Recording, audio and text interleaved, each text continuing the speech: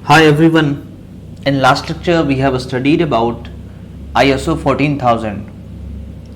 Today we are going to discuss about Kyoto Protocol. इस lecture में हम लोग क्योटो प्रोटोकॉल देखेंगे कि क्योटो प्रोटोकॉल क्या है। आपका सिलेबस में ये क्वेश्चन है और क्वेश्चन काफ़ी इंपॉर्टेंट भी है। तो हम लोग देखते हैं क्योटो प्रोटोकॉल क्या होता है। तो क्योटो एक्चुअल में जापान में एक प्लेस है जहाँ पर कुछ एग्रीमेंट हुआ था इन्वायरमेंट से रिलेटेड 1997 में। उसी एग्रीमेंट को बोलते हैं क्योटो प्रोटोकॉल। क्योटो प्रोटोकॉल में एक्चुअल में फोकस किस पर किया गया था? एक्चुअल में जिसमें फोकस जो किया गया था वो ग्रीन हाउस गैसेज जो इमिट हो रहे हैं इन्वायरमेंट में, because day by day technology develop हो रही है, कंट्री वर्ल्ड को डेवलप किया जा रहा है। तो उसके वजह से क्या हो रहा है कि लोग ग्रीन हाउस गैस ज़्यादा से ज़्यादा अमाउंट में इमिट कर रहे थे। तो उसी के रिगार्डिंग जो प्रॉब्लम क्रिएट हो रहा था इन्वायरमेंट में, उसी के रिगार्डिंग यहाँ पर एक मीटिंग किया गया जहाँ पर कुछ एग्रीमेंट बनाया गया। कुछ बातें वहाँ पर की गई कि ऐसा ऐसा हम लोग यहाँ पर फिक्स कर देते हैं, इससे ज़्यादा आप इमिट नहीं कीजिएगा। हर एक कंट्री को कुछ लिमिट दे दिया गया कि आप ऐसा ऐसा कर सकते हैं। तो उसी प्रोटोकॉल को हम लोग क्योटो प्रोटोकॉल बोलते हैं। इसमें मेनली जो होता है ग्रीन हाउस गैसेज, खासकर कार्बन डाइऑक्साइड पर ज़्यादा फोकस किया गया है। इसमें कुछ गैसेज को सेलेक्ट किया गया है कि आप इन जो गैस है, ये गैस का लिस्ट है, इनके इमिशन पे आपको कंट्रोल करना है। हर एक कंट्री को बोला गया इनके इमिशन पे आपको कंट्रोल करना है।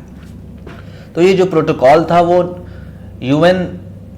UNFCCC एक कन्वेंशन हुआ था, United nation framework climate convention on climate change पे एक कन्वेंशन हुआ था। उसी को एक्सटेंड किया गया है, इसमें एक्सटेंड करके आगे बताया गया है।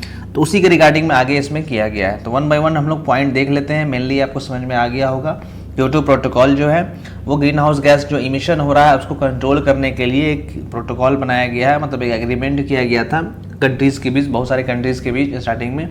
तो वहाँ पर ये मीटिंग में बताया गया था। तो देखते हैं क्या है। The Kyoto protocol is an international agreement that aims to reduce carbon dioxide emission and the presence of green house gases in the atmosphere. वही बोल रहा है कार्बन डाइऑक्साइड के इमिशन को रिड्यूस करना है और ग्रीन हाउस गैसेज जो एटमॉस्फेयर है उसको भी रिड्यूस करना है। ये एग्रीमेंट का मेन मतलब एम जो था वो यही था, आपको ऑलरेडी बता दिया था। फिर क्या हुआ, protocol was adopted in Kyoto Japan in 1997 में जो हुआ था क्योटो जापान में प्रोटोकॉल अडॉप्ट किया गया था। ग्रीन हाउस गैसेज वे are rapidly threatening our climate, life on the earth and the planet itself. तो ग्रीन हाउस गैस उस टाइम बहुत ज़्यादा प्रॉब्लम क्रिएट कर रहा था और लोगों ने ये जज भी किया था कि ग्रीन हाउस गैसेस से क्या क्या प्रॉब्लम हो सकता है। ग्रीन हाउस गैसेस वैसा गैसेस होता है जो क्या करता है, सन के रेडिएशन को, जो इंफ्रारेड आता है उनसे, सन से, उसको क्या करता है अपने पास एब्जॉर्ब कर लेता है, जिससे क्या हो रहा था कि क्लाइमेट का टेम्परेचर धीरे धीरे इंक्रीज करता जा रहा था। आपको अभी भी पता होगा क्लाइमेट का टेम्परेचर जो है every year I think 0.5 degree आपको हमेशा इंक्रीज ही कर रहा है। तो कहीं ना कहीं जो ग्रीन हाउस गैसेज है क्वांटिटी बहुत ज़्यादा इमिशन होने की वजह से वो क्या था, टेम्परेचर बहुत ज़्यादा इंक्रीज हो रहा था, जिससे ग्रीन हाउस गैसेज की वजह से सबसे मेजर प्रॉब्लम जो था वो ग्लोबल वार्मिंग का था। मतलब जो आइस है, वो जो आइस है पोल पर, वो क्या है धीरे धीरे वाटर के फॉर्म में कन्वर्ट होंगे और ग्लोबल वार्मिंग का चांसेस ज़्यादा था। तो इसमें मेनली फोकस वही किया गया था, ग्रीन हाउस गैसेज से जो प्रॉब्लम क्रिएट हो रहा है, जो लाइफ पर, जो क्लाइमेट पर प्रॉब्लम हो सकता है उस पर इसमें फोकस किया गया था। तो इसमें वही बोल रहा है कि जो मैंने बताया यहाँ पर UNFCCC क्या था, United nation framework convention on climate change, उसी को इसमें थोड़ा सा उसी का ऑब्जेक्टिव पर ये फोकस करते हुए क्योटो प्रोटोकॉल हुआ था। इसका मेन ऑब्जेक्टिव वही था, क्लाइमेट में जो इमिशन हो रहा है ग्रीन हाउस गैसेज का उसको हम लोग कैसे रिड्यूस करें, onset of the global warming का जो प्रॉब्लम हो रहा है वो उसको कैसे हम लोग कम करें, ग्रीन हाउस गैस की क्वान्टिटी को कम करके एटमॉस्फेयर में। तो इसमें जो मेनली था वो 6 गैसेज को फोकस किया गया था, बताया गया था। तो इसमें कार्बन डाइऑक्साइड हो गया, मीथेन हो गया, नाइट्रस ऑक्साइड हो गया, और भी कुछ गैसेज हैं जिसको सिलेक्ट किया गया था, वो आप यहाँ पर देख लीजिए। सबसे फर्स्ट है कार्बन डाइऑक्साइड पर थोड़ा ज़्यादा फोकस किया गया था, फिर मीथेन है, फिर नाइट्रस ऑक्साइड है, फिर हाइड्रोफ्लोरोकार्बन है, फिर परफ्लोरोकार्बन है एंड सल्फर हेक्साफ्लोराइड है। सबका यहाँ पर केमिकल फार्मूला भी लिखा हुआ है। तो इन पर मेन फोकस किया गया था। वैसे ग्रीन हाउस गैसेज तो और भी हैं, लेकिन मेन इसी पर फोकस किया गया था। ये 6 गैसेज का इमिशन पे थोड़ा सा फोकस किया गया था कि हर एक कंट्री को, इसमें भी आगे हम लोग अभी देखेंगे, कंट्री को डिवाइड कर दिया गया था कि आप इतना कर सकते हैं, आप इतना कर सकते हैं, वो हम लोग अभी देखने वाले हैं। तो मेनली आपको समझ में आ गया ग्रीन हाउस गैसेज का इमिशन को कैसे कंट्रोल करना है। कितना कितना हम लोगों को करना है इमिशन, उस पर इसमें क्योटो प्रोटोकॉल में बात किया गया था, एक एग्रीमेंट हुआ था वहाँ पर बात किया गया था। तो यहाँ पर क्या किया गया कि यहाँ पर कंट्री जो भी इसको साइन किए थे उनको कुछ वैल्यू दिया गया था कि आप इतना कार्बन का इमिशन कर सकते हैं, या कोई भी इंडस्ट्रीज है अगर वो इसके अंदर थे तो उनको एक वैल्यू दे दिया गया था कि आप कार्बन का इमिशन जो होगा वो इतना वैल्यू तक आप कर सकते हैं, या कार्बन डाइऑक्साइड का इमिशन आप इतना कर सकते हैं। तो वही देख लेते हैं नेक्स्ट पॉइंट। इसमें क्या है, बोला countries that ratified the Kyoto protocol, जो भी क्योटो प्रोटोकॉल को रेटिफाइड किया था तो उसको क्या किया गया कि मैक्सिमम कार्बन इमिशन लेवल बता दिया गया था कि आपको इतना पीरियड में, मान लीजिए कि 1 मंथ में या 1 ईयर में आपको इतना कार्बन का इमिशन करना है। और फिर एक टर्म आ गया यहाँ पर, आपको कार्बन क्रेडिट ट्रेडिंग पर भी इसमें थोड़ा सा फोकस किया जाने लगा था। कार्बन क्रेडिट ट्रेडिंग क्या होता है, कार्बन क्रेडिट ट्रेडिंग जो होता है कार्बन का, वहाँ पर लोग फॉर एग्जांपल अगर कोई कंट्री है जो कार्बन का इमिशन कम कर रहा है तो वो क्या करेगा कि वो अपना जो वैल्यू होगा कार्बन का, जितना वो इमिशन कम कर रहा है वो किसी को सेल कर सकता है। और अगर कोई कंट्री ज़्यादा इमिशन कर रहा है तो उसको क्या होगा, वो कार्बन दूसरे कंट्री से जो कम कर रहा है उससे उसको परचेज करना होगा, तभी वो ज़्यादा इमिशन कर सकता है। अदरवाइज फिर उसका इमिशन का लेवल उतना पीरियड के लिए और कम कर दिया जाता है। फॉर एग्जांपल अगर मान लीजिए कि कोई कंट्री है, छोटी कंट्री है, तो उसका इमिशन का लेवल मान लीजिए कि वो कम ही इमिट कर पा रहा है, वो ज़्यादा इमिट नहीं कर रहा है। और कोई कंट्री है जो डेवलप्ड है, वो जिसके पास ज़्यादा डेवलपमेंट हो रहा है या डेवलप्ड है, वो बहुत ज़्यादा वहाँ पर साइट चल रहा है, जिससे क्या हो रहा है कार्बन का इमिशन ज़्यादा हो रहा है। तो अगर लिमिट से वो बियॉन्ड काम करेगा तो फिर उसको उतना कार्बन जितना वो बियॉन्ड जा रहा है उसको उतना पैसा देकर परचेज करना होगा। अदरवाइज अगर वो परचेज नहीं करेगा तो उसको फिर वो जितना लेवल एक्स्ट्रा गया है उतना फिर अगले पीरियड के लिए उसको फिर उतना लेवल कम कर दिया जाएगा।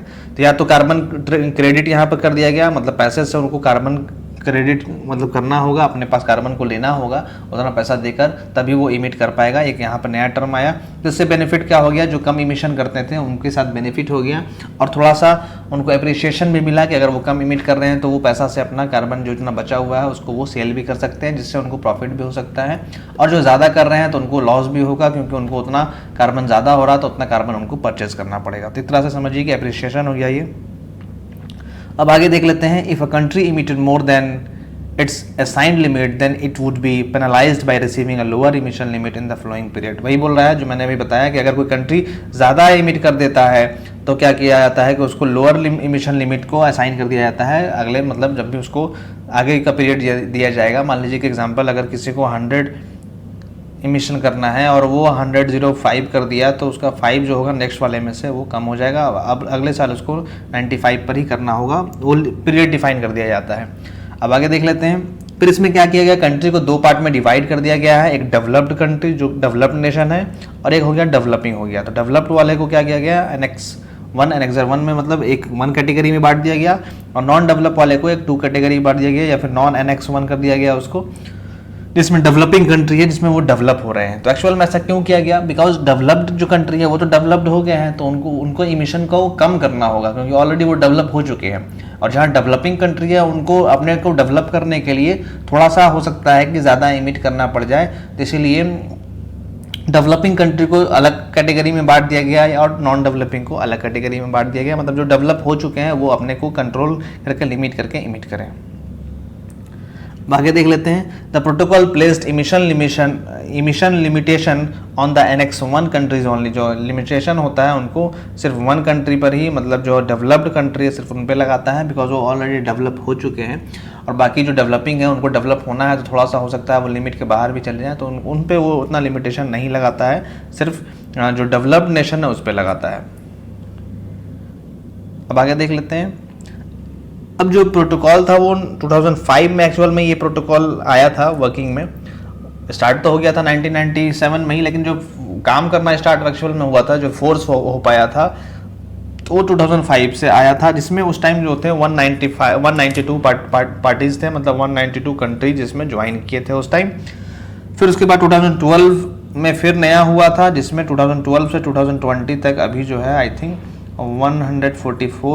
144 कंट्रीज में साइन किए हुए हैं। उसमें भी कुछ होते हैं जो छोड़ भी देते हैं बीच में, हो सकता है वो छोड़ दें, तो ऐसा भी कर सकते हैं वो। तो अभी 2012 वाला चल रहा है यहाँ पर, 2012 से 2020 तक।